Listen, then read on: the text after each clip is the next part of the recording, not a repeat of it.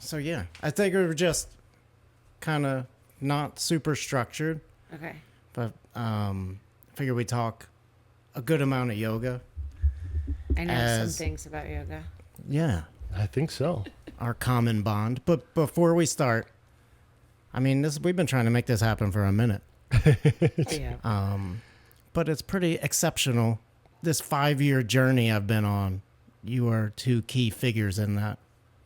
And I talk to him all the time. I talk to you all the time. But like to have all of us together, that's not a 10-minute coffee at Starbucks. Like, Yeah. this is pretty cool. I feel the same way. Like, my life is completely different than it was 5 years ago. You guys are melting my heart. Well, I think we all kind of like went into survival mode, and together we just kind of like powered through it. And I saw a lot of people out when I was shopping during that period that were not dealing. And I feel like we ended up like making the most out of that time. 100%. You know? Yeah, I agree. I think that was a special time to just, move, to focus on discipline and like what we could control in the moment. Yeah. That was a weird time for everybody. Yeah. And it was, it was a exceptional time for me, since that's the word of the day.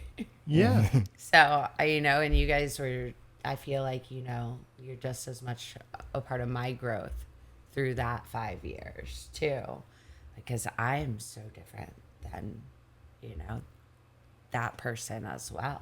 Mm-hmm.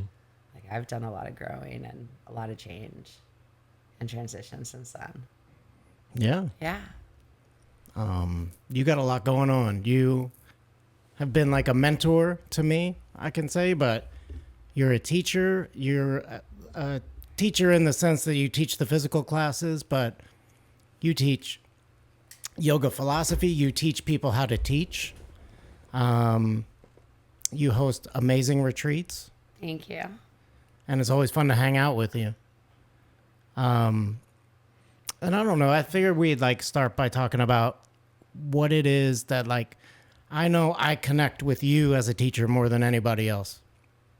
And I feel like that can be said for you too, right? Oh, absolutely. It's,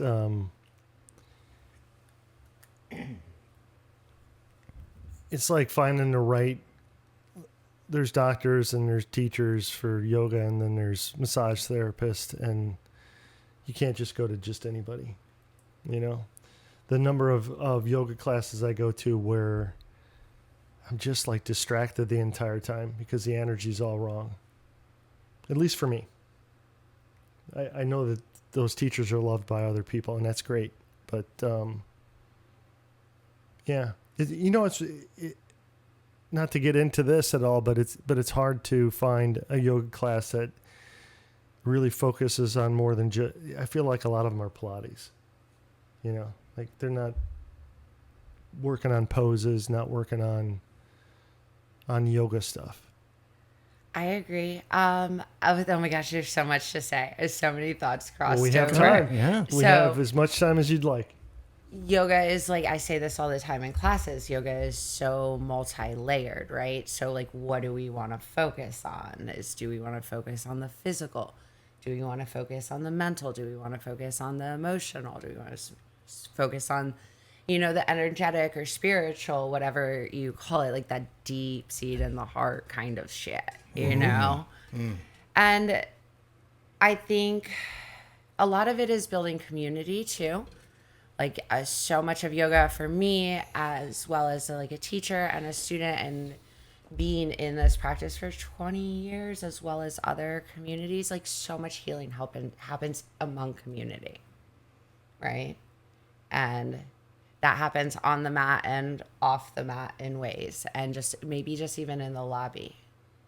So I think I'm trying to load a lot into what you guys said. So like, and that's what happened really. And before I go, that's what happened with us. I feel like in that 2020, 2021 time, because I was like, people need community, especially now. Okay, mask up, we'll be outside. Okay, now we can go inside. We can have 9 people and a teacher, right? But we needed community, and we were all kind of going through similar things. Like, Yeah. because we're not creatures of isolation. So, and then back to yoga, and the shala is what they called it, is the yoga room or center. It was called a shala, and like that's where the community came together, right? And we don't have to actually, that's what I love about it sometimes too, is we don't actually have to talk about the stuff that's going on. We don't have to talk about the shadows. We don't have to talk about the darkness. We don't even have to talk about the joy and the light and the brightness that we experience too. Like we come in and we bring that, and we get to drop it and we get to celebrate it. I tried to say a lot in a little. Because it just like naturally happened. Happens. And then you said something about energy, and I've really, in my journey in the past, even 5 years, I've really had to accept that, I get asked all the time, why aren't you online? Why aren't you online? Why aren't you online? And because I feel like so much of my talent, quote unquote, is, transmuting energy in a way, or moving energy, and definitely reading energy. I don't know if that comes from trauma or training. I totally agree. No, I think it's different people. Like there's some people that are and the more, not to interrupt, but the more go you ahead. go into yoga and the deeper you go into it, it really is. And this is what I don't get to always talk about in asana classes, is you can move and manipulate energy, and the society as a whole is becoming more accustomed to these terms of like manifestation and, believing that if you close your eyes and you you imagine like energy and healing and love going into an ailment or an injury, like it has the potential of healing itself. The body is an amazing organism that has the ability to heal itself given enough love and attention, and other things that are sometimes outside my scope, nutrition, And then a collective energy of all these different energies together, kind of. Yeah. Everybody's dealing with their own thing, but together, everybody. showing up for yourself. Yeah. And Yeah. big part of teaching Showing too, up at a place for yourself. In a community for yourself. Like it rebalances and recalibrates the rest of your day. 100%. And so many of us need a pause or a step outside, whatever's happening. And I would just want to call it the third dimension, like in this physical dimension, and have a reprieve and a reset. Those are just words I like, where it's like, okay, I'm not thinking about all these things. Getting out of your own head. Yeah. And that's Back into a reality. That's the yoga training, right? That's the 95% of it is just showing up on the mat. It's not necessarily about putting your leg behind the head, but the resilience, the discipline, the head space to, Yeah. get defeated over and over and over again, and then accept maybe you'll never do it, and then nail it, right? Mm-hmm. Or not. It's all those things, and it's just for me and my experience as like a practitioner, is I'm always faced with myself. Right? Does What that do you make mean? sense? No, it Like- makes sense, but go deeper. I'm Expand. as a practitioner, I'm always faced with myself, and that's like, even in breath work, in the physical asana meditation, I can't hide. Like I face my demons with need to push forward or I need to pull back. It's so hard to explain in words right now. It's a mental tug and war, right? Because I've been injured, and I can tend to go hard because I believe sometimes that there's no pain, there's no gain, which isn't always true, right? And a part of me has to embrace, at least at this, after 20 years of it. Well, I've heard you say often, it's be careful about go into discomfort, but not into pain. Exactly. Mm-hmm. You know, So- like when you're practicing where you're starting to feel pain, that's where you need to back off. But a lot of the stretches, a lot of the poses are about, like, I'll sit for hours doing CAD, and it's terrible for your body, you know? So I have a stand-sit desk now, but when I come to class, I purposely find the muscles that are complaining the most and spend time on them. It's often why I'm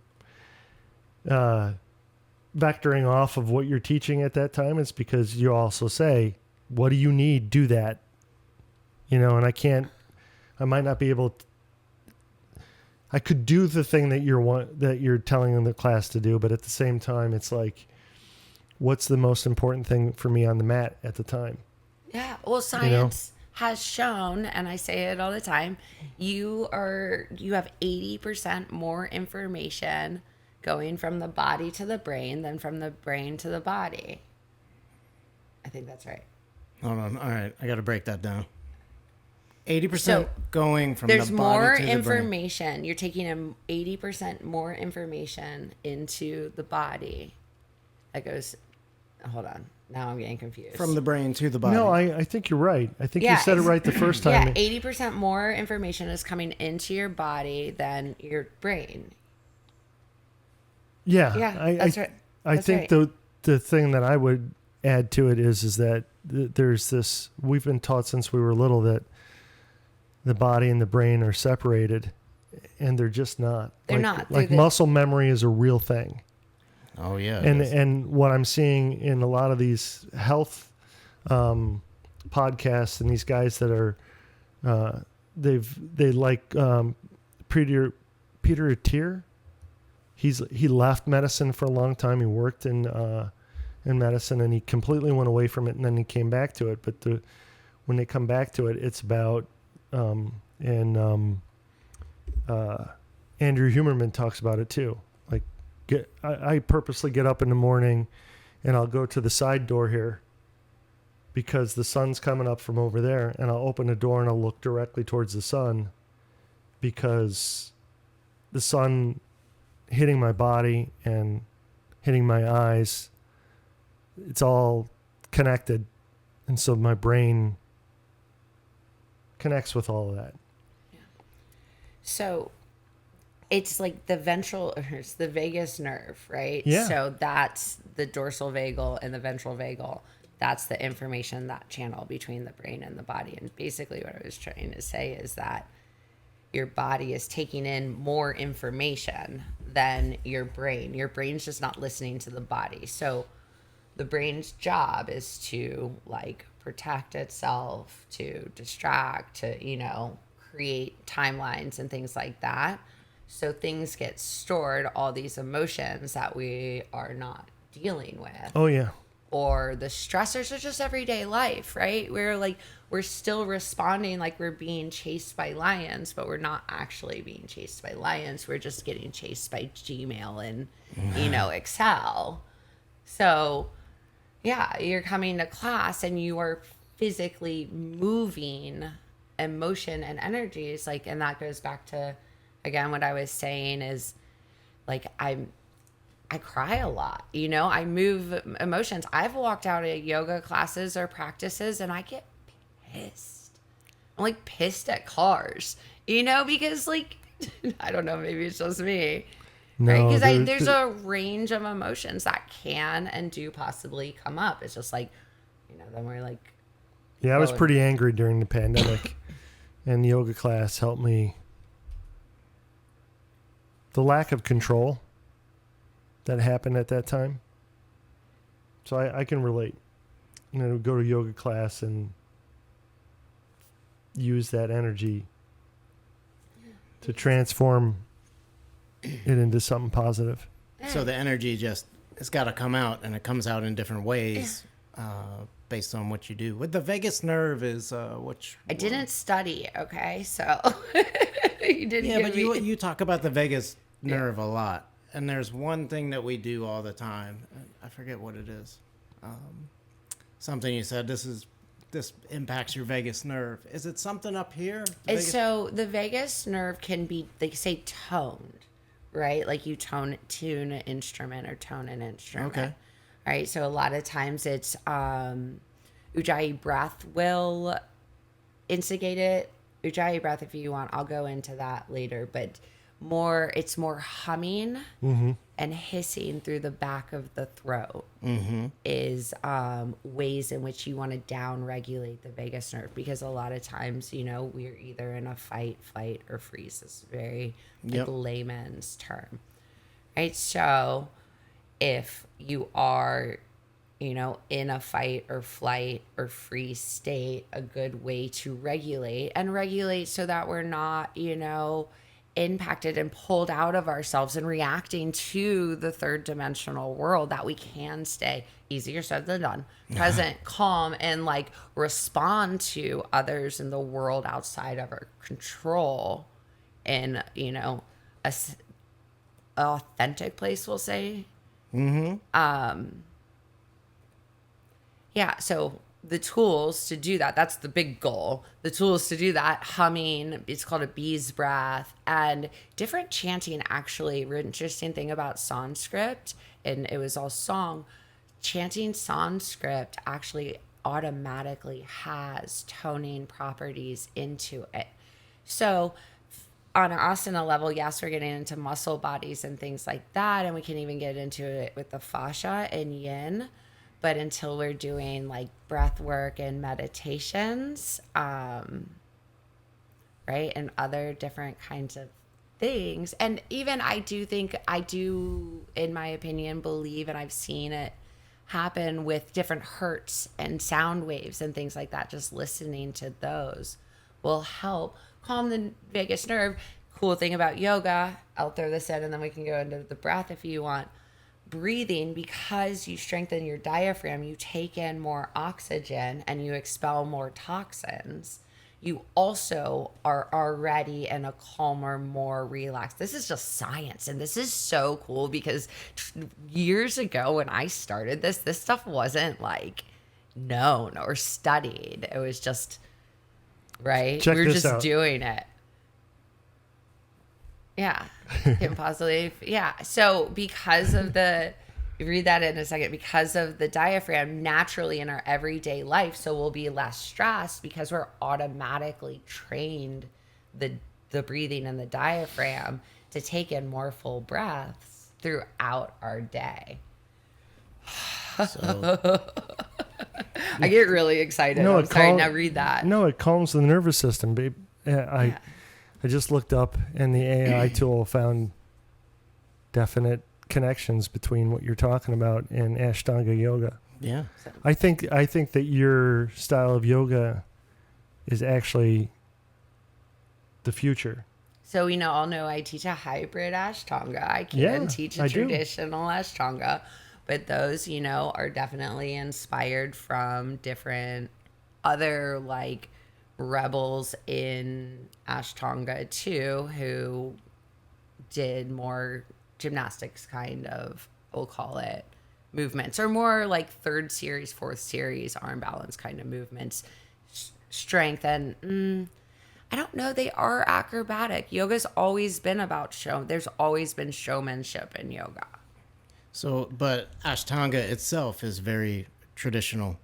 Do you want me to go into the history? Well, I mean, 8 limbs, like all of that, but your approach to it is not as traditional, right? You put your own thing into it, which I think is awesome. So I fused it mainly so that I could help people, or not help people, or so that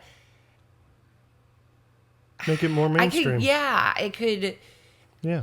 like, I modify it or tailor it to the people who were showing up in the classroom, right? Because they do love the Ashtanga, but I've tiptoed them there, and I didn't necessarily tell them what they were doing, because Ashtanga gets a bad rap, and it's not, it is challenging. And even the classes that I do customize, they're still challenging. So You did that to me. Like we were doing Ashtanga for like 2 months, and before I even realized before I think you even said it. And then I was like, oh, wow, that's what we've been doing. Like, we're doing the same thing every time, but I'm getting a little bit better. Well, and like I wanted to teach full time, right? I was building a career, and so I started studying vinyasa. Like, I made my career on vinyasa, and I really enjoyed it. I enjoyed the creativity of it and sequencing, and yeah, I wrote teacher trainings based on it. And then, full transparency, and you guys know, you were there, like, and I sometimes wonder where Vinyasa Ally went, because when I lost my husband, like, I honestly couldn't teach anything else than Ashtanga, and I couldn't practice anything else other than Ashtanga. Back to the basics. It was a total back to basics, because I know, because I've been through other hardships in life. Like, I would love to say I've had a soft life, but I haven't. Like, so yoga has been instrumental. Like, I did yoga before I, got sober, and yoga was instrumental in that. And I was like, if I can build the Ashtanga primary and second series again, like, I can do this. Yeah. You know what I mean? Because it was just like, once again, just like recovery, and I'm California closer sober, like, but Ashtanga, it was just like recovery. It was like day at a time. It was like, you just take a day at a time and build sun A's, build sun B's, see how far into the sequence you can get, and you're going to move grief, you're going to move energy. And, it was... Well, that's one of the things that I really loved about Ashtanga over going to other yoga classes, was that I was there to move. What I do for a living, I'm stationary, using a keyboard, putting out all this energy, but I'm physically holding myself still. A lot of my physical problems come from hours of holding myself still. Like, my right shoulder right now is having problems because I constantly moving that mouse, and people don't realize it, but you move your mouse with your shoulder, not with your arm. You basically hold your arm still.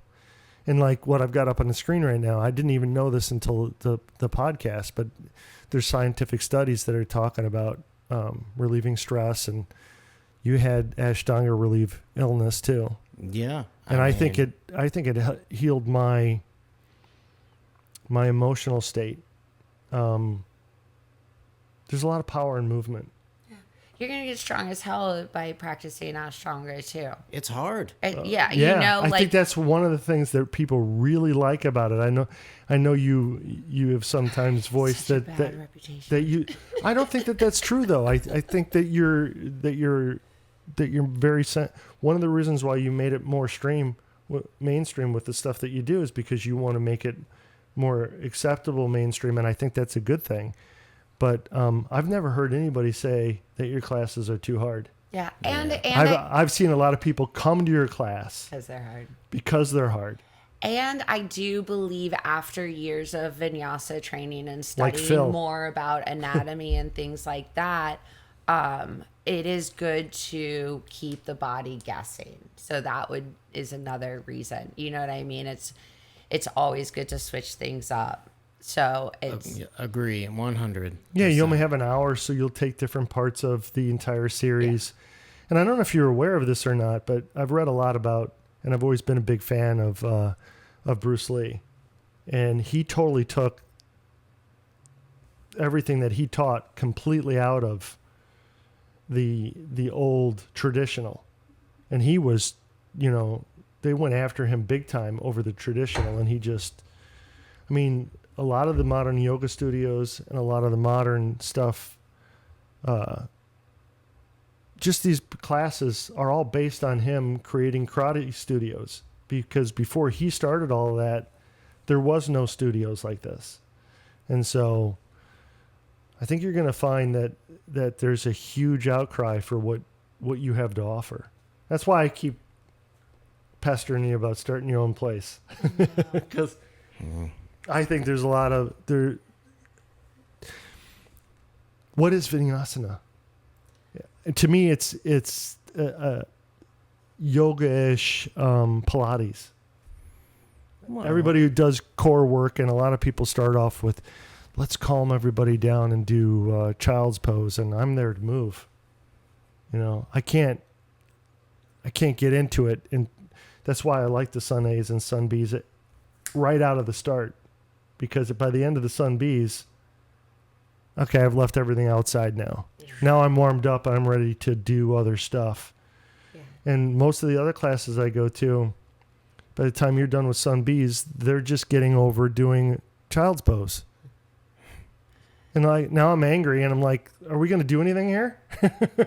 Yeah, that's exactly what's not supposed to happen during yoga. Yeah. You get angry. Yeah. Yeah. But do you have any similar experiences? I remember when Sun A's and Sun B's were difficult, really difficult to do 5 and 5. I'm like, what the hell? Like, just feeling like, oh my God, I'm going to fall out. And, slowly but surely I got better. And then it goes to how the chaturangas too, right? Yeah, I was so strong after the first 2 years of doing those. And if you got shoulder injuries, you gotta fight ego. You got, I learned that in that room. Again, one of the going back to I face myself again and again and again. You're always going to be up against yourself no matter what. You said something. Okay, so history and what you're saying, Vinyasa yoga, right, came out of Ashtanga yoga is one of the original power yogas. So the granddaddy, homeboy, Krishnamacharya, right? He was the first person to take the asana, the physical postures, and link them with breath. How do you spell his name? Krishnamacharya. So Krish. Krish. M-A. Is that him? I don't know. Krish, N-A. N-A. M. It's probably all one word. Macharya. M-A-H. There he is on Wikipedia. Yeah. So he totally came up with Ashtanga. So Krishnamacharya was the first person to create take Hatha yoga and sync it with breath, right? Hatha means to do something by force, traditionally translated as sun and moon, but it actually means to do something by force, right? Physical, we're doing something forceful. Okay, so he started linking it with breath, and he had 3 predominant students. He had... I know one of them. Patabi Joyce. Yeah, he had Patabi Joyce, Iyengar, and one other one, Devi, something. Is it up there? He's Googling it while I talk about it. Devi something. So that was his third. So he taught Ashtanga yoga to Patabi Joyce, who was one of his first students. And that's why it was rigid. It was strict. It was like, do this, learn this. Right. And that's where we got Ashtanga. And then his brother-in-law was BKS Iyengar. And Iyengar is the reason that we have all the props today. Because Iyengar, and if you ever go back, you can find old Ashtanga videos of Iyengar. So... he brought props to it? He was known... I don't know if he was doing props, but there is an Iyengar Ashtanga video out there, and there's sequences in the back of his book. I believe it's The Light of Yoga. Oh, he's got his own book. He's got tons of books. What Iyengar really popularized, like I said, straps, props. You see those people hanging from the yoga walls and stuff like that. Yeah. That was Iyengar. What decade is all this happening in? Is this the... It's only Krishnamacharya is only probably only 200 years old now. Okay. 150, 200 years old. So Patabi Joyce just died, I would say 2000. Let's see here. I think I had it up. 95. 95? Oh, okay. No, that's Kashna. That's Krishnamacharya. And that's not him. And then who brought it to the United States? That was Patabi Joyce, Joyce. and Iyengar, right? So they were his first two students, and they popularized it in the West. They started traveling it, and then he had his third student. It was his first female, and she was like an American actress, actually. And because it was his first female, he taught her a more gentle variation of Ashtanga yoga that was more flowy. And then Okay. she also brought it over to the West. My teacher, Norman Allen, was part of the originals in the 70s who brought Patabi Joyce over to America.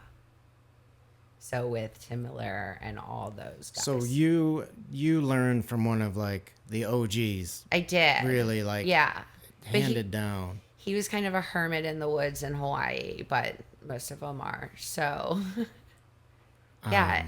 And I still am friends with his daughter. She's amazing. I feel, so he died a few years ago too, maybe 2019. So you started out learning Ashtanga. Yes. That was your first thing. Yeah. And that's why, I came here and I thought Ashtanga was the only yoga that you could do. I didn't know anything about vinyasa at all, right? I just knew Ashtanga. That was it. Yeah, that's kind of the way I felt for a minute. Yeah, and I was a yoga snob, and that's fine. And I still do. I think there's value in everything. And so going back to the lineage of vinyasa yoga, right? So she taught a more flowy version of Ashtanga, but you can see what you saw the progression of Krishnamacharya as he aged, right? And then his final student was his son, who was called Deskachar, and he wrote a great book called The Heart of Yoga, and I highly recommend reading that book.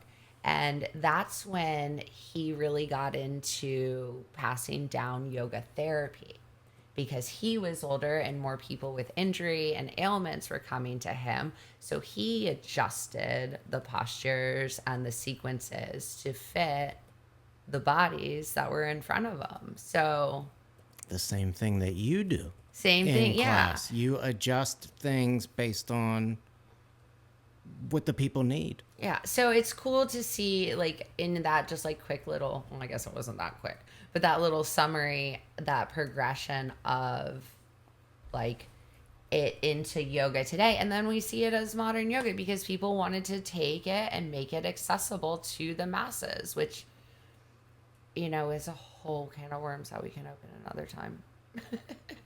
I want to open up the can of worms about, how did you end up in a yoga class? First time, Hawaii. Yeah, so I was actually really resistant towards it. Well, how did you end up in Hawaii? Oh, gosh, here we go. What time? How long do you guys have?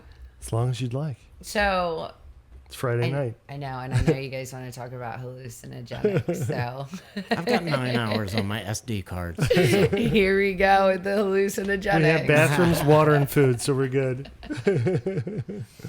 So I guess if you want to go way, way back, I had done psychedelics at a young age, and I've always been fascinated by the human experience and its connection to something greater, right? And psychedelics, those are really real realities, right? They're altered realities, but those are definitely states of conscious, and that's maybe what it is. And that goes into the yoga too, because yoga is about, different states of consciousness as well, and tapping into that in meditation and things like that, or changing consciousness, or tapping into the unconscious, like I kind of mentioned that with the shadow work, right? Yeah. Pulling out the unconscious and going into those realms.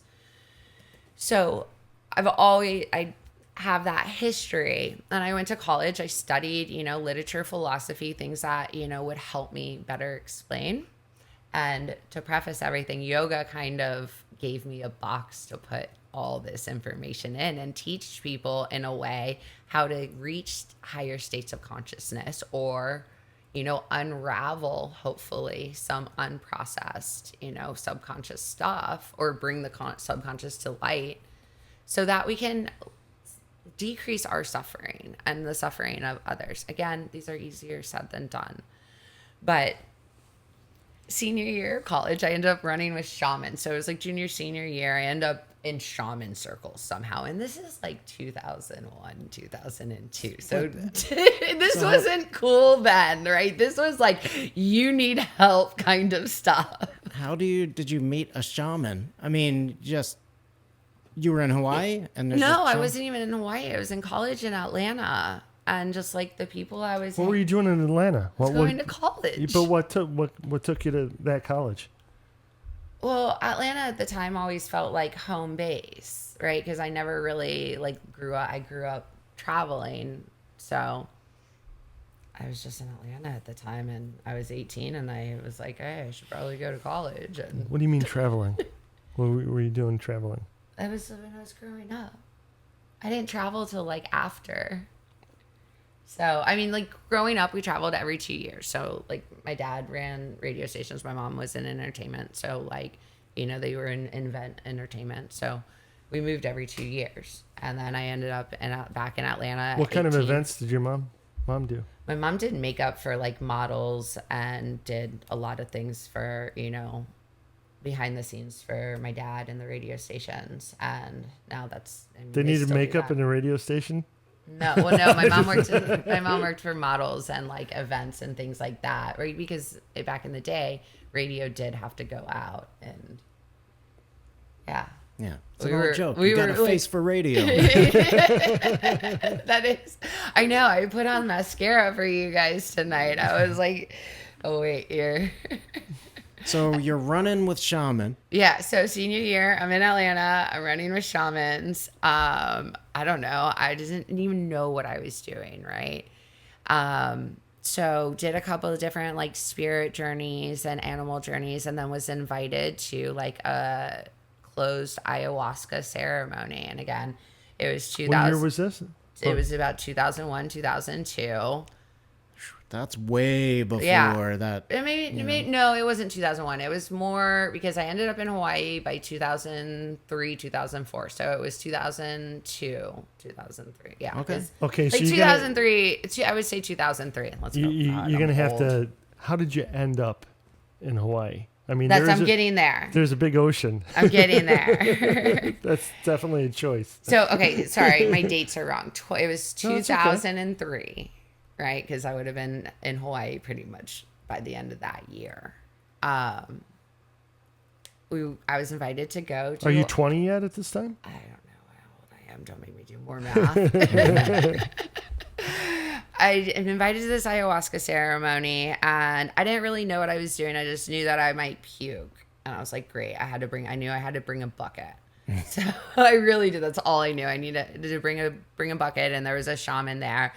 And I have a couple visions from the trip that made still resonates with me and made sense. And, I'm still untangling maybe even today, but long story, did a double shot because I guess I have done too many hallucinogenics. So they don't actually affect me. I can, as much as I would like. So you had to do a double shot. Yeah, because you take some and then they offer more. So I took more, and it was interesting, and the visions were interesting. But what happened after is I think again, I didn't know what I was doing. I didn't go in set up with intentions or anything like that, and I didn't have skills. I didn't have tools. So I was faced with myself and wasn't ready to look at it, and probably ended up just running, right? I had this vision a couple of weeks later, right? So I start drinking again, doing all the fun stuff again. I'm young, 20-something. So I'm 2 weeks later, a couple of weeks later, I'm laying there, probably hungover on a whole bunch of alcohol and other things. And I have this vision of the moon.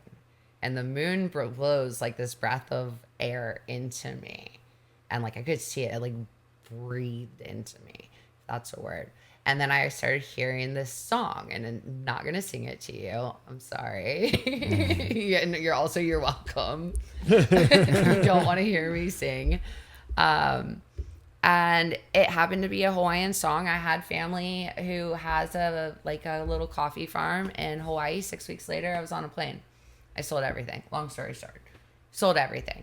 Like, got on a plane. Sounds pretty brave. Went to Hawaii. And I was young. I didn't have anything to lose. I had no kids, you know. Yeah. And again, it was... So you had family there. Yeah, I had an uncle there, and I lived on his land in his coffee shack. And I did... What kind of... Was it good coffee? It's Kona coffee. You can't get anything better than Kona coffee. Is it still there? Yeah, he's still there. He's like 80 something. God, he's like 80 something now. He was the first one to introduce me to yoga. That's awesome. I went to like that is his cool. senior like yoga No wonder class. we're going to coffee after yoga every time. I love there's nothing better than coffee and yoga. They go together. My first teacher, Norman, he always said, no coffee, no prana. And prana is breath, so, or life force. But he was a different breed. Yeah, so really he took me to one class at like his like little senior center, and it was fun. I ended up meeting Norman because I would bike down to the canoe club that was like by the like coffee shack. It wasn't close, but I would bike down there, and yeah, I just met him and at the canoe club, and we were cooking, and he had this beautiful outdoor like setup where he was gonna do this luau, and he asked me to help him, and I did, and it was interesting. He cooked completely with like the spices and herbs and everything from his garden and around the land. And he told me he would train me, and I had no idea what he was talking about. I was like, okay. I was like, what are we training in? And he was like, yoga. And I was like, oh, okay. Right. But at this point in my life, I'm really, I don't know if I'm lost or finding myself or what. Like, I blew off college and I went to Hawaii for no reason. Like, Oh, you just on a stopped vision. going to college. Yeah, like Okay. on a vision. It was like, this is what I'm supposed to do. Like, it changed the trajectory of my life. Wow. You know, and yeah, that's how I'm here. So Norman trained you, like, and he taught classes, or he trained you one-on-one? No, so we would have to meet every morning. It was the Old A's boxing studio, and he would have an open policy because it was Mysore practice. So Mysore, because that's where he got it, is you have to memorize the Ashtanga sequence. You go in and you practice, and you have a window of time that the shala or the studio is open. And we would go in and we would practice. I lived up the mountain, so I would wake up at 5 a.m. and actually catch a ride on the Helion bus, and then ride the bus for like ever down to like the main street, because it wouldn't take me all the way to Old A's, and then I would have to walk like another half a mile from the main town down to the old airport to practice.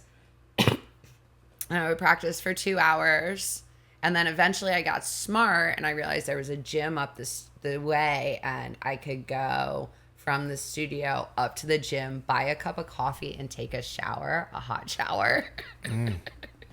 Because the coffee shack didn't always have hot water. Wow.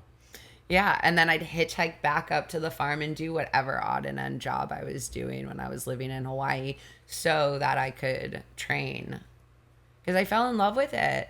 Like, I did take yoga classes. Like, I took 1 or 2 yoga classes before, but they were really slow. I couldn't, like, focus. I couldn't, like, get into it. And this one, like you said, like, I needed to go in. I needed to stand at the top of the mat. I needed to memorize some shit, and I needed to move.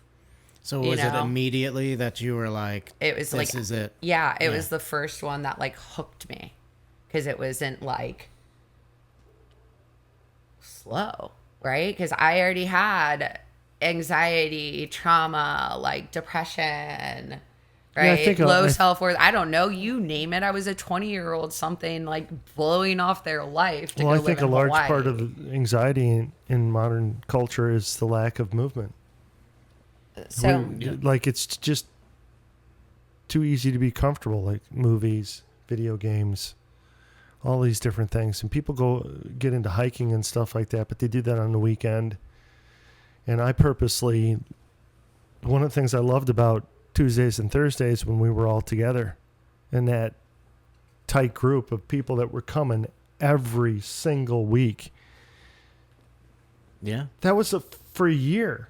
It was longer than a year, wasn't it? Like 18 months where we were all, most everybody came every 2 days, 2 days a week. Yeah. Yeah. Every Tuesday, every Thursday. Every Tuesday, every Thursday. There were some people in and out, but there was before we knew it, there was like a group, of probably like 6, 7, 8 people that were always there. I think it was actually even more than that. Yeah, there were some big ones. I think it was at one point towards the end, it was like 10 people that were consistently there, and the class was full, so I don't know how many the studio held, but the point I'm trying to make is that I would purposely leave work during the middle of the day to go do that, because it was really, I felt like it. Look, I got to do this to maintain my sanity. Yeah. Yeah. And it was cool because I knew where you were in your practice. You know where I was at. So when I'd see you break through a new wall or another, I'd be like generally There's like... a couple of times where I got text of a picture of me in a pose I hadn't done before. Yeah. Just when we random. started that, I couldn't do a headstand. Yeah. Well, and you guys really got, because it was such a small community at the time, we really got to build that sequence the old school kind of way, like Mysore, because that's like when you guys were talking about that, it gave me like nostalgia of the Mysore room too, because you had to memorize the sequence. Nobody was at the front of the room teaching you. Right. And you would watch, your colleagues and friends around you, like doing these incredible feats that you're like, whoa. I don't see that now. When we go to your classes now, I think it's this. I thought it was schedule, but I think it might be something else. I don't know what it is. I think everybody's just really distracted all the time. When you were talking about the feeling walking out of yoga, I thought about like the yoga high, when you walk out of class and it's just, you feel something. Yeah. I don't feel that as much now.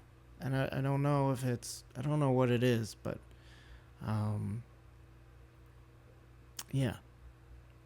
No, I agree.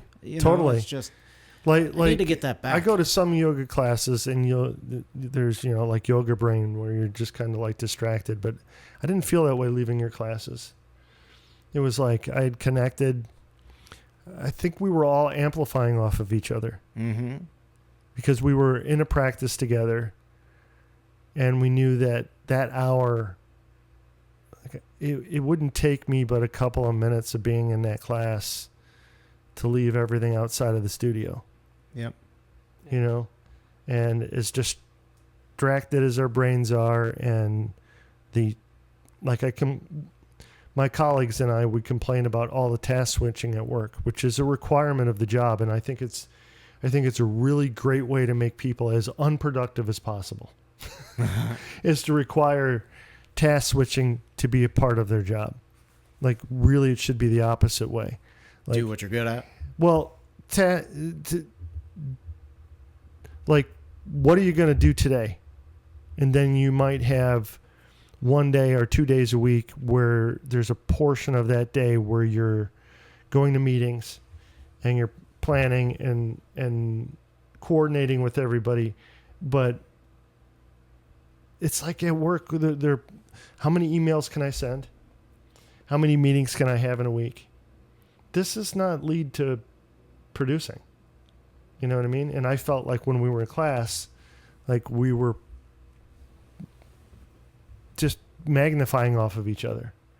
Like there's people that you've known at different, I'm not trying to be disparaging about anybody in particular, but some people that are just kind of like energy vampires. And then there's the opposite, which I think that's what you are.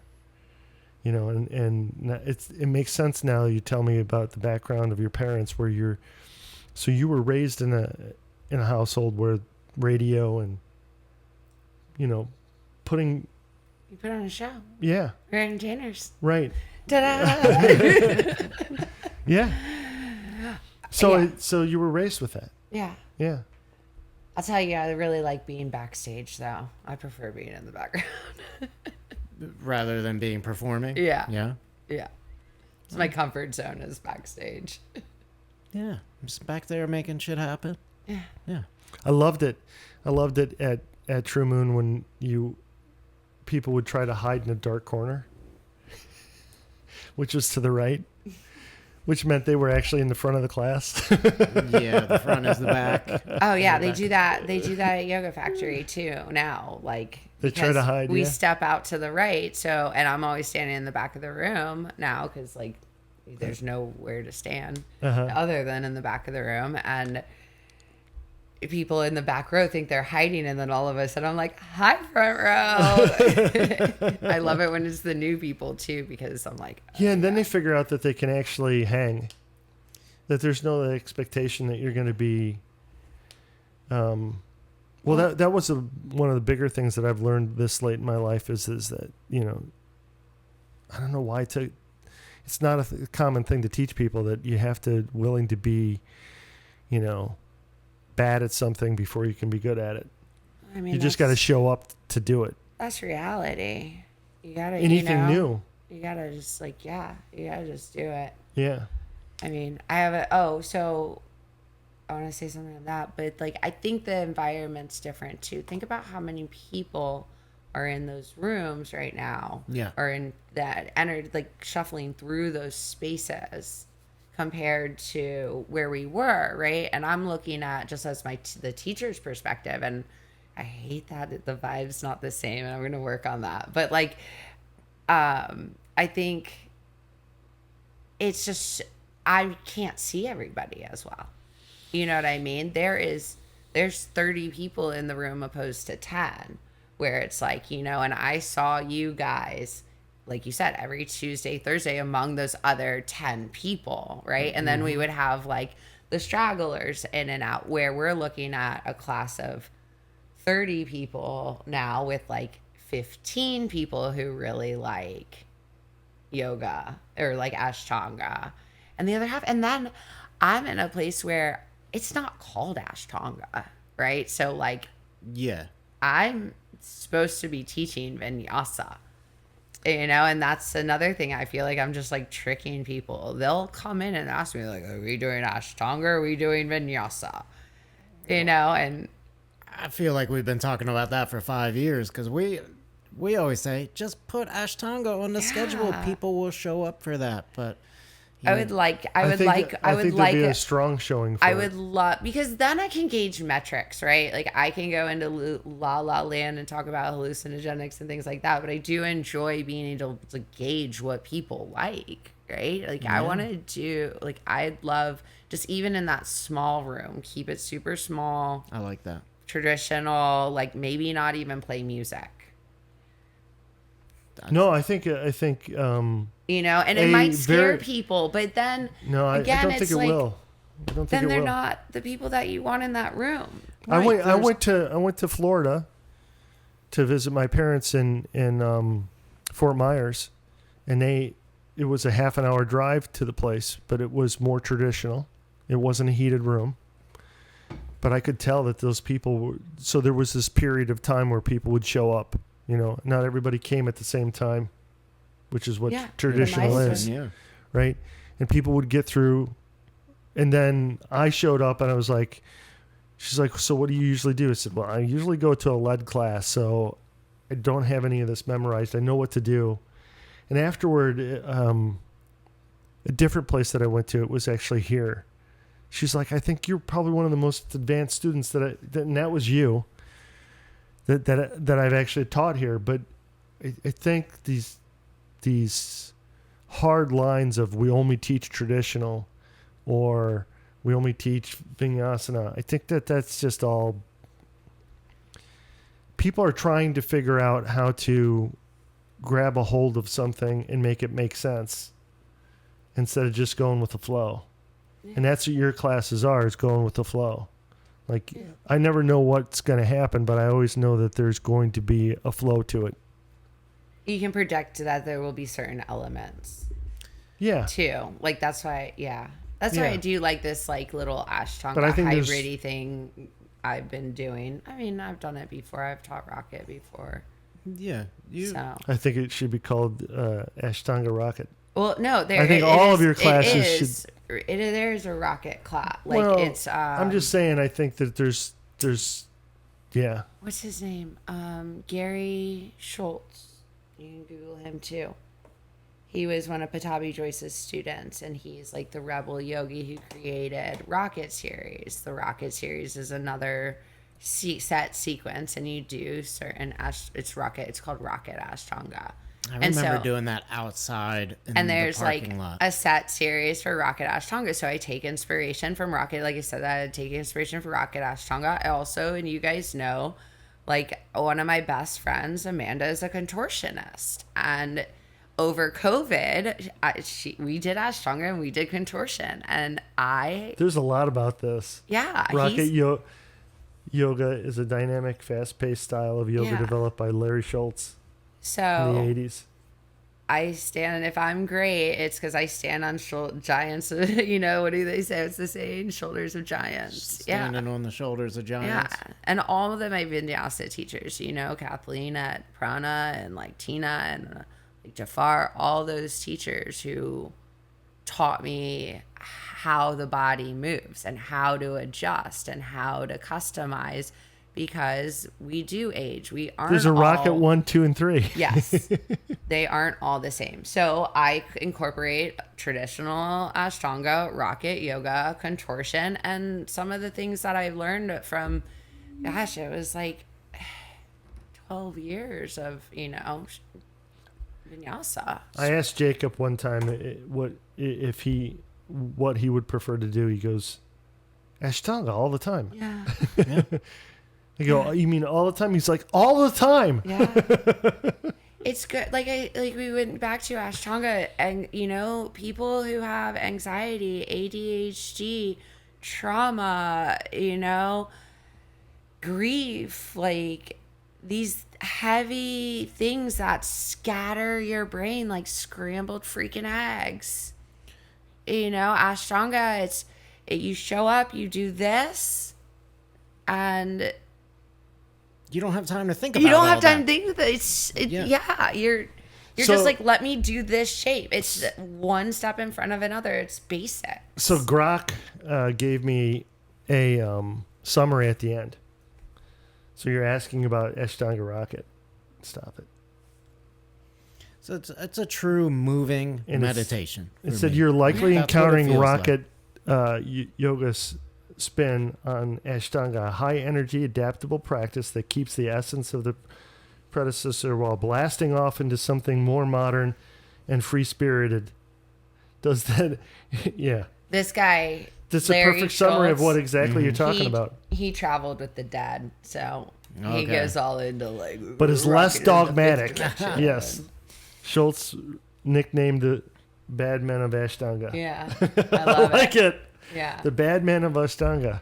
So. I'm right. Why do you think when we were doing that same class all the time, it seems like it sure does attract a lot of men? Yeah. It's hard enough. Well, it was originally a male-dominated practice. Okay. Yeah, and then because yoga was originally a male-dominated practice. Well, Phil said it gave him the flexibility and the strength. Like, he would go on weightlift and stuff like that, but I think that leaves out a lot of the micro muscles that you need to actually get the balance out of it. And you can get super strong, and if you don't have those micro muscles or those joints elevated, that strength can tear you apart. And I think that's why he liked coming to your classes. Plus, they were heated. Oh, you're talking about firefighter Phil. Yeah. Firefighter Phil. Yeah. I was picturing the other Phil. Yeah. Okay. That makes way more sense now that you're saying. I'm not talking about. Yeah. Yeah. Okay. In discipline, endurance, challenge, and I would say even like, right, the results of diaphragmatic controlled breathing is gonna. I know he came because he was a firefighter, right? Mm-hmm. And you even went and taught his guys, didn't you? Yeah. Yeah. I think Nicole recently went and taught his guys too, right? So you went and taught all the firemen at the firehouse? Yeah, and I think he has other teachers come in occasionally and teach too. That's awesome. I miss that dude. Yeah. I haven't seen that dude in a long time. I miss that gang. The Ashtanga gang. I do too. The bad people of Ashtanga. Well, good news. There is going to be a studio opening in Arnold, and I will talk to my boss man, Phil, and see if we can get an Ashtanga studio. It's on record now. Or not Ashtanga studio, but an Ashtanga class. It's on record. All right. We'll remind you. All right. How does Thursday definitely. night, 6:15 hot room sound? What night? A Thursday night, 6:15 hot room. That sounds good to me. Okay. But I think that's why the men are drawn to it. I think because it is like, it's got the endurance, the discipline, and like men need yoga. So let's give them some. You know, one thing I really do like about prana is the infrared. Yeah, the chicken fryers. The infrared's I really like good those for you. too. Yeah. It's really good for healing your soft tissues. Yeah. And That's a it different kind of interacts heat. with methylene blue. Yeah. We've been talking about methylene blue a lot. You might actually like methylene blue. I don't know what it is. Is that infrared heat? It's Yeah. No. Not a prana. Prana, those are just like Those are like just old chicken, school yeah. heaters. Those Yeah, are not. They put out infrared. I bet I'm sure they look like they would. I thought the ones at Yoga Factory, the panels are infrared. Those are radiant. Radiant. And they're eco-friendly. I thought I the don't- ones at Prana were just They're like chicken fryers. yeah, Yeah. like the way They're you heat food heaters, which Yeah. is infrared. I'm pretty sure. I don't know. You'd don't have know. to look. I thought it was just plain heat, Yeah. but it's oh my god! I remember that one class we went to at Prana. It was like 100 degrees outside, and it was just like that was one of my most memorable classes because it was just so in it. We were just all in it. Yeah. You were teaching. He was there. That was right when I left True Moon and went back because that was the only place I was on the schedule still was Prana. That was a wild fucking class, man. Yeah. So you learned from this dude Norman, Yeah. and then for what? It was about 5 years. And that's what I was going to say back talking about him is I almost wish that I paid more attention in my 20s. And what Don't we all? didn't show up Don't like we all? tripping on mushrooms from the night before or hungover. Things is like at the time I actually didn't even know like who I was studying with or what I was studying.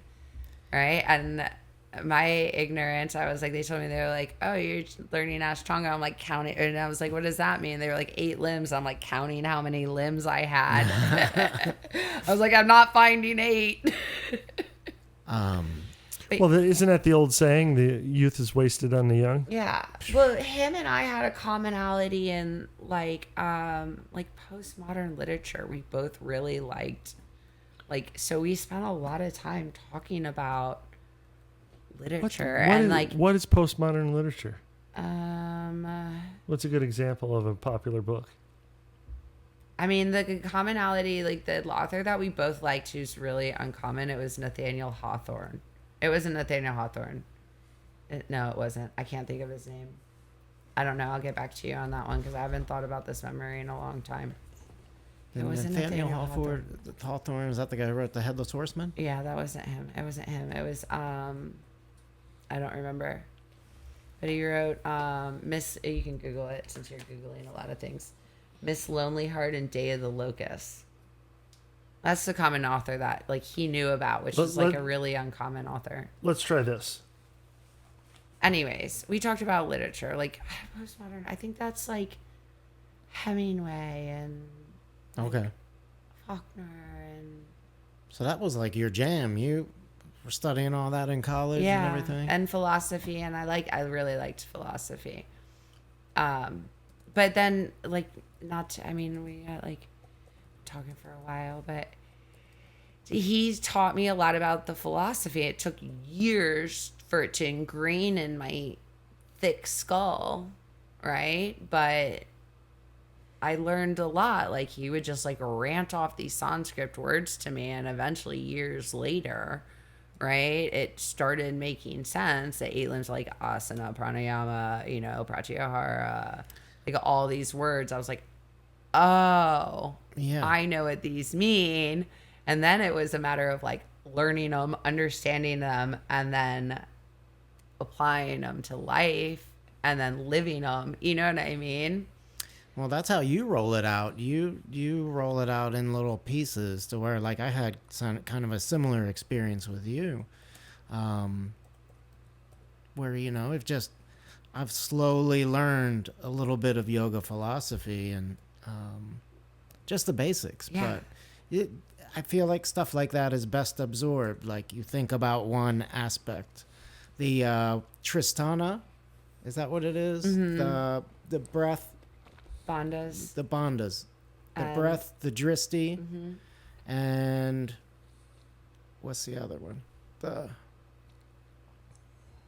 don't know. It's breath, bandhas, and dristi. Oh, Focus. so the bandhas. Yeah. Where you're, Yeah. yeah.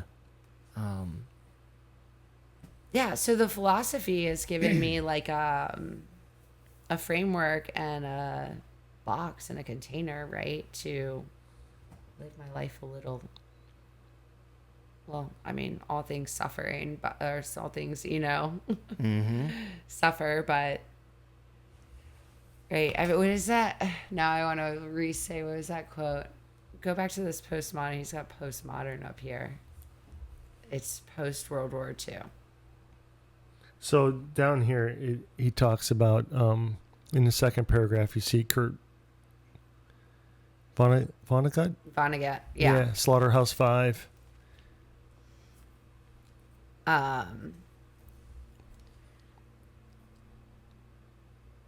Winter's Night Traveler.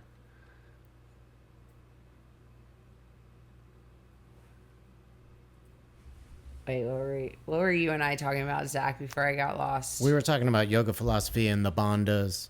Rolling it out like Yeah. easily. Little But that's steps. that's how the sutras are. Is they rolled their formula for, you know, well, they're broken up into, you know, the practice, like what it is, how to apply it, and then when you get into like the other things, it's more about pattern recognition, behavior changing, habit, you know. Well, that makes forming sense. New habits. That makes sense that you're into that. It says, rejecting the ideas of absolute truth, grand narratives, and rigid structures. Writers of this traditional trend embrace fragmentation, paradoxes, ambiguity, reflecting. I think that every single word of those applies to you. Yeah. A chaotic, multifaceted. Yeah, I'll take all those. It gets a little chaotic. Well, you know, it doesn't make sense to the other way around. Doesn't make any sense because human beings are basically that. They're this grand paradox. Well, the whole universe is chaotic order. I mean, like the whole golden spiral or whatever. What is it called? I have it tattooed on my hand. Chaos and order. Yeah. You know, this thing, the Fibonacci sequence. It's Yeah. all chaotic order. In fact, they say that when you pan out enough, you out of it, you'll see massive chaos, and then you scroll back, and all of a sudden you see that it's a swirl of an entire galaxy. Random fact. Which is Random order. fact about stars. Ordering and around the sun. Yeah. The universe is Venus. Actually, every 8 years, the way in which it rotates creates a sacred geometric pattern that kind of looks like a rose. I've seen a lot of that. And we're in like a Venus retrograde as well as like I've seen Mercury them do that with retrograde, all the planet Juno retrograde. spinning. And then I saw from the side, you're talking about from above, Yeah. but there's been this one recently that I've been seeing that's really cool, where they take the entire dish that is not actually flat, because the planets are doing this wobble thing as they go around the sun, and then they show the sun, and they don't know what it's going around itself, but it's going through space, and all of these things are spinning around it as it goes through space. It's not just sitting here localized with everything spinning around it. I love that one comedian, I can't remember his name, where he talks, you think you're in America, pan out. You're on a rock floating through nothingness that's getting bigger. That doesn't make any fucking sense. Yeah. Infinity is getting bigger. So you learned a little bit at a time, over time. And then when did you get to the point where you were like, all right, I am going to teach this to others? Like, what was that decision like? Well, the studio asked me to, and I was like, I love spending time talking about the philosophy and like the science behind it. It's fascinating to me, and it is a lot of what I was drawn to in the yoga as well, because I think if it was just about I know for sure if it was just about the physical or the aesthetic, I wouldn't have been showing up consistently over the past 20 years. You know what I mean? Like, it's been a consistent practice. There's not like big lapses in the practice. So yeah, it's and the practice doesn't have to look like the hard ass Ashtanga. Like, in different phases of my life, the breath work is what was really doing the trick. You know what I mean? So it's kind of incorporating those different things. And then, like, you were just talking about like the patterns of the space, and I was like, ooh, I want to do like a sacred geometry meditation. And what the hell does that look like? You know what I mean? But that's what really speaks to me. So those trainings and leading those, like, that is what I love about that, is I really get to, when I first did it, I don't think I really knew what I was doing. Right. When you first started teaching yoga. First started teaching yoga. Like, I wasn't where I am now, right. You know? So like, yeah, that was challenging. And then the next thing is teaching yoga teachers how to teach yoga. Right. And that changes the way you think about it. And like, oh, how would I teach somebody to say what I say? You've done that a lot. You've taught a lot of teacher trainings. Yeah. So I've trained probably about 100 people locally, close to 100 people locally. And I've run, I don't know how many teacher trainings I've run, but maybe like I did them between 2017 to 2022 was the last teacher training I did. And then you showed me one time at your house, you showed me all of your materials that you like created from scratch. Yeah, I have a whole manual. Over COVID, because everything went virtual, I did like a hybrid, so I put a bunch of stuff online. Yeah, I had a whole program. You've talked about writing a book before. I feel like you've written a book. Yeah, I guess I did. I wrote a yoga training manual. Yeah. I loved it. It was fun. It was great. Like, times I'd like to do it again. The reason and one of the issues that I've had leading teacher trainings and where I am now and not doing them anymore, not just a location issue, not just because I don't have my own studio anymore, but I felt like I was dropping off a lot of 200 trainees, and I was just like, here's the training, bye. Right? Mm-hmm. Because there was nothing like after to help nurture and grow their business. And I don't know how many times I've had to break people's dreams and hearts and teacher trainings and be like, you're not gonna make this a full-time job. Like, don't quit your job. You know, so I've been trying to figure out, I've kind of like, I was 20 something. I came into this before it was like cool or popular or like a business. So how the fuck do you build a yoga business, right? Like, how did I do it? So it's really been something where I like had to sit down and think about, and that's really where I want to go and what I want to build next before I rebrand and relaunch another like 200 or even a 500-hour teacher training. I've done like 3 200-hour teacher trainings and 2 500-hour teacher trainings. A hell of it. That's not including the 5 years that I spent 4 days a week in a yoga studio training at strong. You know what I mean? Like, 500 hours. How long does that class run? Is that so it's still weekends. okay? I did it like weekends throughout a year program. But I mean, that's impressive. Yeah, and even now, like, you can go and get master's degrees in yoga therapy. Like, Can you really? I never even Yeah. thought about that. yeah.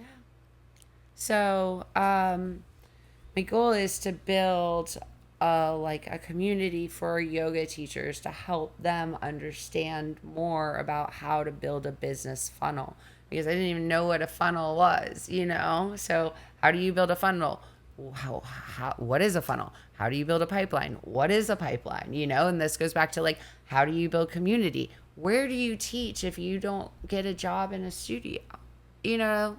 So these are kind of like, and then like you mentioned, my retreats, like I've been very successful with the retreats and with the teacher trainings, you know, and also going back to like the teachers, like building workshops and things like that. Yeah, continued education for teachers. It doesn't just stop. Exactly. And it isn't just based on like, okay, hands-on assist, okay, workshop and inversions, okay, like, right, because if you want to make this your career, you gotta figure out a funnel and a system that brings in revenue that is comparable to You have to make what a you living. need to make. Yeah. You have to make a living. Yeah. Yeah, and that's hard to do. Yeah. I can't imagine it. Yeah. And like Amanda and I, like we've been working on this new program. It's like, what if you don't want to be a virtual teacher? Because I do like, and I don't like to shit on any like kind of yoga or anything, but for me, like I feel like you lose so much of that interpersonal and community kind of healing or like interaction, really, because just as a teacher, even if you and I are on a Zoom, like I'm not getting the full experience of how your body's moving. And if I'm just pre-recording, I actually don't know, you know, I'm just throwing shit out there in the wall to myself. I feel like I'm talking to myself, you know, Well, like I said, I come into No, I a think room it and I serves a adjust for community. you guys. Yeah, I think it serves a community of people who are, you know, for what they might be not capable of traveling that often, or they just need to. It's better than not doing yoga, but at the same time, I think. And would you say I got a face for radio? It's That just was him. online. I wasn't talking about you. It's just different online. I've tried to do online stuff, and it's just like you said, you don't get the same experience. Yeah, and even as a teacher, I don't feel it's never. I do have video content out there. It's somewhere floating. It just never resonated with me. Well, you're not going to get the know? energy that we had with that small band of people in a room by yourself. You're just not going to get that. And I do think that socializing, I begin to believe a lot in making sure that I used to say this in my 20s, and I don't know why I didn't expand on it, but thou shalt not kid thyself, which is, you know, you got to drop the hypocrisy. You know, you got to make sure that you're not lying. Just really screws up your compass. It's like having a compass and setting a magnet close to it. You're not going to find true north that way. Yeah. You know, like you can shake the compass all you want. The magnet is going to pull you off of north. And so I felt like when we were going to yoga together, we were all kind of like resetting our compass, showing up for ourselves. Yeah. How are you going to show up for the rest of the world if you don't show up for yourself? Well, you're heading into like, I mean, I think we learned how to take care of ourselves. Niyamas, it's, I mean, number one is first, least amount of harm, ahimsa. Second one, satya, truthfulness. When you combine those two together, right? And we could go into like, it translates as do no harm, but in reality, you can't like sustain life without taking life. So it's do the least amount of harm. And then two, like I said, satya is truthfulness. Those two together, those create integrity. And when we move, from that place, I'm going to do the least amount of harm to myself, to others. And I'm going to be like truthful. Yeah. Right. And then you move from a place of integrity. It's not always easy. right? Well, And that's a yoga. Like that's the uncomfortable. It's doing the hard work. It's taking, it's taking accountability and then letting go of like the results. Showing up, doing the hard work, taking accountability and you can't surrendering the process. You can't be there for your community if you're not first there for yourself. Yeah, you can't bullshit yourself. Right. You can bullshit everybody. Well, you can pretend like you're bullshitting yourself, but Yeah. And a lot of people have gotten really good at. I had a period of my life where I was just like not showing up for myself, not taking care of it. You can't take care of your family or your community if you're not taking care of yourself. Well, that's still a practice I'm working on too, It's like this one, I watched these reels on, probably way too many, on Instagram and whatnot, where this guy, he's doing a little skit with himself, where he's showed up at his friend's house and he's telling his friend that he's going to go work out, and his friend's like, which he plays that character too. Oh yeah, I don't feel like going to work out. He goes, yeah, I know what you mean. And they talk about 5 minutes, and he goes, okay, I'm going to go. He goes, I thought you said you didn't like to go to work out. He said, well, I don't feel like going to work at my job either, and I still got to show up there. So I'm going to show up for myself, and I'm going to go to the gym and work out because that's for me, even though I don't feel like it. And I remember days where I was literally like my shoulders were hurting and my hips were hurting or whatnot, and it was from work, and I didn't feel like going to yoga, but I had already learned that I could get rid of all of that pain by going to yoga. And I would come out of the yoga class, especially when we were all going there together, and feel 1,000% better. And I'm not even exaggerating than I did when I got there. It's like, okay, Yeah, 100%. Yeah. No, it's such a combination of all the things. Like, I could talk for hours about this. Like I say, like all the time. We can just break it down to the micro or the macro cause, or like, But making it a business. Yeah, that's my next goal. That's my next endeavor is to figure out how to support. What's holding you back from that? What? No, I mean, I've started. Yeah, you've done really well. Yeah. So, recently, Amanda and I, I wrote another book. I wrote a retreat success formula, because there is a formula, like all these things, there's formulas, right?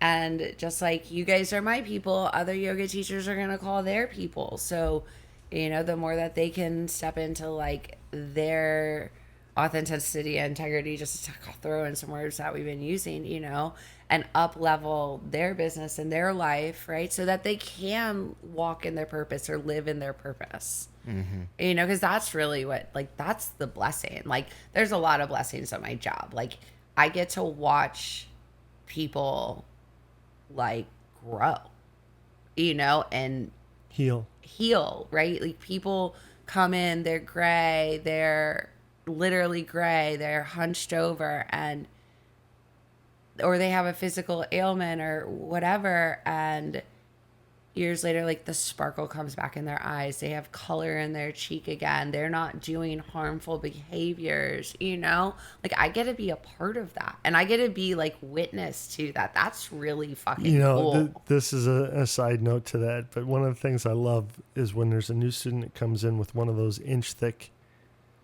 slippery mats, and you go, you can't fucking use that, get rid of that thing.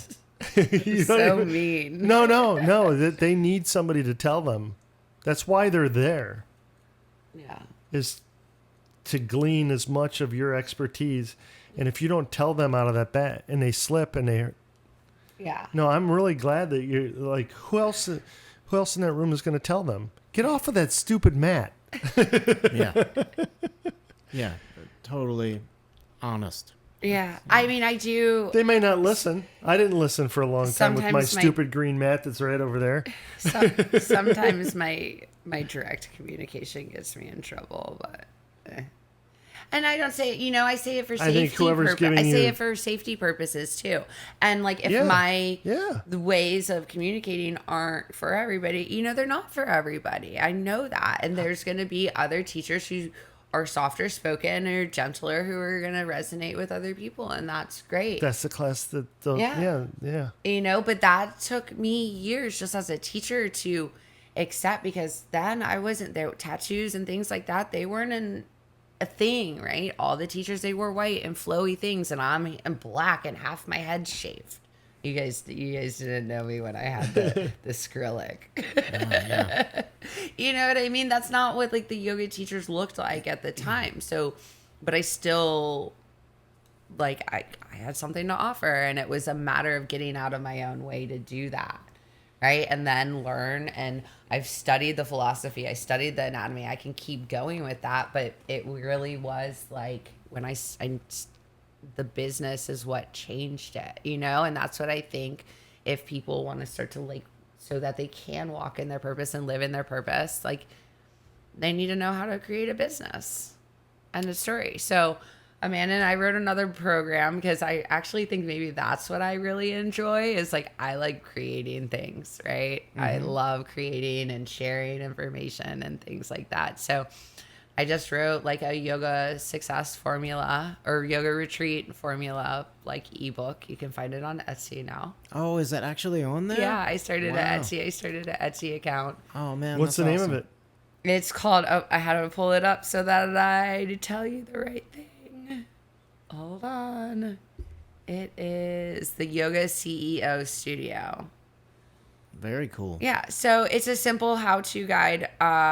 It's a step-by-step process from like picking where you're going to go, venue vetting, creating like the costs and the pricing, building the itinerary, and then goes on to like participant lists, tracking, and P&Ls, revenues, marketing. What tell me about like what is your philosophy on a yoga retreat? What kind of experience should it be for the people that attend? So that's a good question. I figured it out on one of the retreats, and somebody said it. I always want my retreats to be a choose your own adventure. I really love that format, and I think that's why I've had success too, is I build the itinerary thick enough that people have, their yoga and they have their group excursions, but they also have freedom to go on their own excursions or, participate when they like to and in what they want to, so that they really create the experience they want. Like in our last retreat to Peru, we did a split of the group, which was really risky, but it went really well. Half the group did Tezmacal Sweat Lodge with a shaman, and the other half went and did San Pedro plant medicine with another shaman, right? And it was the first time like I actually sold it as like, hey, you can come do some plant medicine, because we had a shaman on site, and it worked out really well, and that day was probably everybody's like one of their favorite days. I did the Tezmacal Sweat Lodge in Mexico. Did you do that? The second one. Yeah, in Tulum. Yeah. Yeah, that was that awesome. was- Yeah. Yeah, their How many of us spiritual How experience. many people went to that at one time? It was like 7. It was quite a few people. Yeah, 7 or 9. It That was, retreat was Phil about and his wife were there. 18 people, 20 people. What's his wife's name again? Juliet. Juliet. I would have gone for the San Pedro myself, but That was pretty cool. yeah. To say the least, and the most. So, but you do these retreats. You have like it's good company. I feel like the food is always incredible. Yeah, food is like one of my big things. So like food, I feel like when people are well fed and exhausted on the like the workout or the yoga, they sleep well. And when people sleep well, they tend to have a really great time. Yeah. And it's the itinerary and my scheduling is flexible, like, or fluid enough that I want to say fluid. I don't know what the word I'm looking for. It would like the choose your own adventure, is optional enough that people don't get bogged down on the itinerary, because a lot of, first time retreat leaders, they put together these really packed itineraries and they want to do all the things, and then people feel obligated to do that, and then they don't have as great of a time. Yeah, they can't change it up when they need to. I've been as a practitioner, right? Because like I've gone on retreats. I wanted to see how other people did it, and I like skipped classes and stuff like that because I was like, your schedule is way too much for me. Like, I need to go watch the sunset, and I felt guilty. And I don't want my people to feel guilty that they're not showing up for the thing. So I try to give it some variation, maybe is the word, instead of fluidity, because I don't like to change times very often. I think timing is important. A really good job of building those retreats. I enjoy it. So like the next thing I want to do is this next thing with the ebook is, mentor teachers on how to build their retreats, if that's the avenue they want to go to, or offer just a full service concierge, like retreat service. Like, because one of the hardest parts about doing the retreats, and why I probably don't do as many as I could, is it's hard to be the day of event coordinator and the host. Yes. So you can't, yeah. I do it, but it takes my time away from the people who have signed up to be there for like my time, right? Because that other portion of the time, I'm dealing with back end stuff with resort management and my people on that end. So that's one of the hardest parts about that. You need to be able to focus on the teaching and the details. It's like if I could have me, double me, it would be, I could do 3 to 5 a year, but you need somebody who's there and your assistant who's bringing you a smoothie, who's, making sure that the room arrangements are handled and you can like calm down the guests, and make sure that the communication between the kitchen and, us is clear. Like dealing with that's a lot sometimes. Like you were in the third Belize where the kitchen time was outrageous. I wanted to quit my job on that retreat. I literally never wanted to do another retreat on that retreat. I was like, it was like my 10th, 11th retreat, and I was like, I'm done. Like, forget this. I think she was really hypersensitive because it's her retreat, but I think a lot of the people that were there were just like, we're just sitting here talking to each other. But they don't notice. But, it's on me to make sure that, they're fed. And if the kitchen's taking an hour and a half, right? Like, somebody... Mahogany Bay they were having a hard time. It was beautiful. They did a great job. They were just like, you know what I mean? There was just a disconnect between, upper management and staff. Like, staff was phenomenal. They're going through a growth spurt, and they were having a hard time with turnover and people, but when it all came together, the food was good, and we pulled it off. But that was a hard gig, right? To be the host and the coordinator, and there was nothing. You know what I mean? So I can imagine that there's, certain people that would handle that well, and maybe somebody else. Well, you were going through some physical stuff at that time, on too. top of the fact that I was injured. I think that was probably the thing that was kicking your ass the most. No, I don't know, because that food time really got me. Scrambled eggs don't take 2 hours. I don't know. Let me jump back there and do it. Nope. What? Give me the list. What's the list of the places you've been on your retreats? Oh gosh. Internationally, well, Puerto Rico is not international because it's America, but we'll take it as tropical. Puerto Rico, Belize, Bali, Mexico, all parts of Mexico. I have like a little secret spot in Mexico that I love. Where else? Just went to Peru. What else? Where else is on the list? Where haven't you been that you? She wanna went to do? Bali.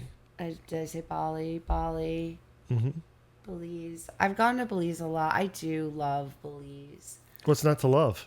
Yeah. So, my next retreat I'm working on right I keep now. hoping you're going to get into diving. It's absolutely amazing there. Yeah. So That. Just so you know, that was like the thing that I'd been. I don't know why, but I'd been waiting to do for like a long, long time. And so, getting the blue hole. That was incredible. You're gonna be excited about this next one then. Yeah. Yeah, so I'm looking into Panama in 2026, February, March 2026. So Panama will be similar to what I've done in Belize a few times. So we'll go to the airport, we'll go on a boat, and we'll go to a small little island. There will be diving, there will be mangrove hikes, there will be all the things, right? The yoga twice daily. I've done my due diligence. The food is going to be delicious. Like, And it's going to come out in a timely manner. And it's going to come out in a timely manner. Look, obviously it wasn't an issue. Obviously, no, it wasn't. The slight schedule changes and the food overall was not an issue. But my point is that it's challenging, right? It's stressful, and not everybody wants to be both the host and the day of, right? If you're interested in like a mentorship program, you're signing up to be the host, or if you want me to build you a retreat and my team to build you a retreat, then it's probably important for people to understand that aspect of it. You get a full service, day of it, event planner. Well, and then there's a lot of people like me where I've been just not traveling because like going someplace by myself just wasn't something I not probably, but that I'm going to do too. But being able to go someplace where I'm not just isolated by myself the entire time when I'm not doing a touristy thing. Yeah. Like going to the Blue Hole, right? That's an event, and you're jammed together with all these people. And then all of a sudden it's over, and it's like, okay, what to do with the rest of the day? And I had a group to go back to and talk with at the pool or have dinner with. Well, I'm a single female traveler. Like, I want to travel. I have a lot of single female travelers. Exactly. Too. Or male, not to exclude the male population. No. I just say, like, to make it, like, it's a lot less safe for me to travel to some places alone. And that's the beauty of some of these retreats too, is that we are all solo travelers, but we're coming together, in a safe place that we can all kind of. What does Maggie call them? She calls them.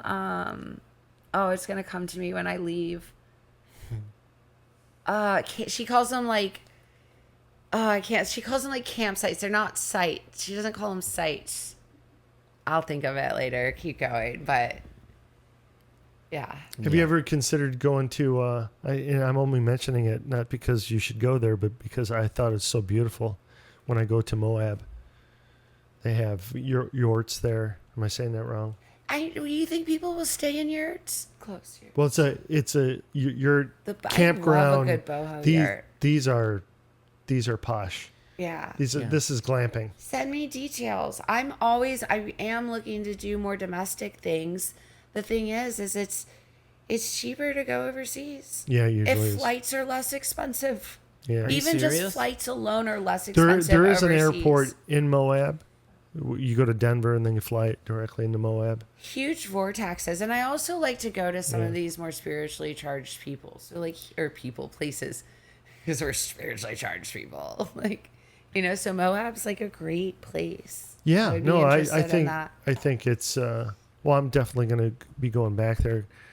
But I was exposed to it because of the pandemic again. Yeah. Because one of the guys I had been working on the software pilot at the company I worked for like 5 years, all of a sudden during the pandemic, it's like, come biking. I got a group of guys. We go into Moab for 3 days in the middle of the desert. So, and you can actually get fifth wheels delivered to the desert in a circle in a place in what do they call it? BLM, Bureau of Land Management. So, I mean, it was pitch black at night. You're looking at this at the solar system, and then you're in biking. One of the places we went biking was called Dead Horse Point, which was amazing. The desert out there is just like, and there was 80-year-old people out there on bikes biking, So it's not like it's people think it's a lot more dangerous than it is. You just got to be respectful of the desert. Yeah. But yeah. I've done enough trips in my life where I've been in full-on degenerate mode. Yeah. Drunk before I get off the plane, like partying, strip clubs, this, that. And You going kinda on done a with trip that? like to Tulum was a completely different experience. And then everybody's like, oh, you went to Mexico? Did you go get fucked up? I'm like, no, actually I didn't. Actually, I got rested and relaxed Yeah. Yeah. Well, that's the thing and went in too. to surf. And Yeah. Yeah, is so many people go on like these vacations and need to come home and have a vacation where, like, when you can incorporate wellness and holistic foods and nutrition and just being one, maybe like with the land and nature and the history, right? Like, hopefully you go home refreshed and feeling like you maybe established some new habits or broken some patterns, or right, like they're always a process, there's something happens, and hopefully that you come home with a piece of it. Good piece. Good piece Good of it. That piece of it. energy- Not the thinking about the energy great scrambled eggs. In Tulum, it was different. It's magical. Yeah. the cenotes there are absolutely amazing. Yeah. Don't drink the water No, in the cenotes. no, don't drink the water. But I came across this guy. He's got an Instagram, Scuba Tulum. Are you talking about Carlo? No, this is Jeff. He's been down there for like 25 years. Nice. And he took me to the cenotes, just me and him. This guy in this rickety giant Bronco, right? It ran well, but it had seen better days. But he was just this motor mouth from the moment that he picked me up to the time we got to the cenote. And as soon as we got there and he started putting on the scuba stuff, his whole demeanor came down. He's super quiet. Because when you get into the cenote, he kept telling me, like, the thing you got to remember is that when you go in 30 minutes, there's no up. You're in a cavern where the water hits the ceiling. So to go up and get to where you can take your mask off and be outside, you got to go back 30 minutes. He kind of freaked me out at first, but once you get used to it, it's a beauty that you can't imagine, because you fly through this. There was this one salt and freshwater plain that you go through, and there's this haze that happens. But yeah, it was pretty amazing. The Mayans, and the indigenous people. Yeah. That was like, they believe those were like the underworlds, the caverns to the underworlds and stuff like that. And all of that area is covered with those. They're all connected. There's this constant water flow going underneath there. Yeah, it's definitely worth. Tulum's another vortex. Yeah, they have an airport directly into Tulum now too, don't they? Oh yeah, I think they did open an airport. And so you can recent. fly directly to it now. Yeah. Yeah, I want to keep going. Every time the Peru trip was amazing. It made me want to keep going. I love seeing megaliths and archaeology, like archaeological sites and stuff like that. So You know they have megaliths and stuff here in like Utah yeah, that and nobody goes to. I like. It's funny because when I do these like bigger spiritual, like archaeological ones, like not as many people come, but they're really the coolest ones. Did you see the new thing that just came out like 2 days ago? With the Egyptian pyramids and Yes. underneath and having all this? Yes, of course I did. Oh my God. So fast. So there definitely were energy channel chambers or something like that. I'm pretty sure that Tesla had it right when he said that they were from extracting. Earth energies. Yeah. I and mean, focusing it. I don't know what's at the bottom. my kids have called me a couple of times, so I can't go into zero gravity and alien technologies and free energy Next time. today. Next time. But there- Yeah, please come on again.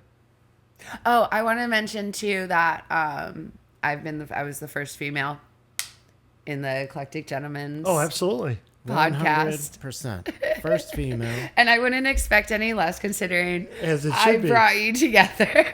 Yeah. I'll take full credit. We No. started doing No cold ego. plunges together, and then we ended up doing this. Yeah, that could be a whole conversation too. There's You've been doing cold plunges. I I saw have. video proof of it. I don't like them, but I've been doing They're them. not about. They suck. They feel great for my spinal injury. Yeah, and then afterward, your Yeah. dopamine goes. And I don't like when things defeat me. Yeah. It's a mental thing. And it's also like, I don't need to necessarily put myself through voluntary hardship anymore. Like, I'm supposed to be being gentle with myself. I will tell you, I've been lifting, and I love it. You love it? I Yeah? love it. Yeah, it's nice to do something for my body that's not yoga. And it's so humbling. It's so hard that, like, it's Well, like, you need that. It's like, I need to, not that I need to be humbled, but I don't have hamstrings. I don't have biceps. Well, I'm sure it's good for you to be a student of something too, Yeah. and not always the teacher. But Yeah, and it's so counter to everything I do because I spent so many years building my flexibility that now I'm too flexible. And it's caused me to have to get stronger, right? So that I can support my active lifestyle. So we can go diving. yeah, and muscle animal. mass. And are you going to become a diver? I don't have any intention to right now. No. But I do enjoy free diving. As long as That's the diving. aliens say I'm allowed in the ocean. Sometimes I get scared to go in the ocean with them aliens and those creatures I don't know nothing about. I will say, living in Hawaii, I grew such a huge reverence for the ocean. Like, not that I didn't have one growing up on the, like, Atlantic, but, like, the Pacific Ocean out there is different. So you're going Like, to have a you're retreat? like, oh, I need to, like, ask you permission before I go in the ocean. I ask all water for permission Well, before I go in, and if it's not, Yeah. doesn't say it's okay, I don't get in. it answers you. You have to have reverence. I get the vibes. You get your vibe. Yeah. You have to have reverence for water. It's even 4 foot is like can be super dangerous. Huge red flag Absolutely. for water. So when's the retreat to Hawaii? You know so much about Hawaii. Jacob li- said that too. Coffee. You live there. Go. Yeah, out the I looked coffee up the farm. coffee thing. And, Everybody's been. Do you know how expensive a retreat in Hawaii would be? Oh my god. but you got connections there. Get us a campground or glamp ground on the coffee vineyard or something like that. I love your wild dreams and aspirations for me. Yeah. But yeah, no, reality is, I mean, it would be a costly retreat. Well, I think Southwest has direct flights there, don't they? There's no way you can get a direct flight from East Coast to Hawaii, I don't You think. got to go to LA. I've always gone to LAX or there's one, Salt Lake City. It's a beautiful airport, actually. If I'm thinking A lot of people back. that go to Moab fly into Salt Lake and then get a camper and go over to Moab. I think that one and the Colorado airport. I don't think Salt Lake City. You can see the mountains. Like, they have the whole airport station, so you can like see a full panoramic view. venues probably really expensive in Hawaii too, right? Like, Yeah, because it's islands. More everything expensive should- than Tulum. I thought Tulum was starting to go through the roof. Yeah, no. Hawaii would be way more expensive because everything's imported. Tulum, Mexico, they can still grow their own food. Well, not saying Truck it Hawaii in at doesn't least. grow their own food, but Yeah. like you don't have to ship it on cargo or Yeah, plane, yeah, so yeah. they're still connected to a mainland. Hawaii is expensive. I would believe it. I mean, it's really no more expensive than it is here because we live in one of the most expensive parts of the United States. But the difference in expense comes in like your products, right? Your milk, your things like that are coming over on a cargo. Yeah. I like the idea of domestic ones too, though. I mean, I went to your day retreat Oh yeah. and I thought that was amazing. Like, Yeah. I'd like to do another one of those. That was fun. that was very cool. Yeah. And it's more accessible to a lot of people. Some people can't do the 2-week trip or the week trip, like just going for a day, like you pulled that off. But I did see a little bit on that of you trying to be the planner, and you did everything for that. Yeah. Well, that's how I started is like renting Airbnbs and then hiring drop-off catering and setting it up. Like that's hard. You need an assistant for that too, to set up the food. Even if you're gonna rent an Airbnb, because the places in Florida, I was looking and going to the Keys in Florida, and they don't have food on site. So I'm looking at cater The drop-offs, Keys in and I'm Florida like, would be great too, yeah. who's my assistant? Who's going to set up the food? Well, I lead the class. Who's going to make sure that I get a protein smoothie in the morning so it's not 2:00 before? Someone's handle raising his hand. And I'll film it too while I'm doing it. Here's your Right? smoothie. Filming it, taking out the trash. Yeah. And We'll everything. bring the Yeah. podcast with. So that's, and then I'm like, oh, well, that's it. Yeah. So it's got its pros and its cons. How many I'm people excited. How many people went to Peru? 10. So it was a small little group. I'm glad. I wanted it to be small. What was the altitude you guys were at? It? Peru is 12,000 feet above sea level. I went to Bolivia first. I went to La Paz, and I was 15,000 feet above sea level. So I started at 15,000 above sea level. So stayed in La Paz, and then we went to Lake Titicaca on the Bolivia side and hiked up this island called Isla del Sol. No cars, no roads.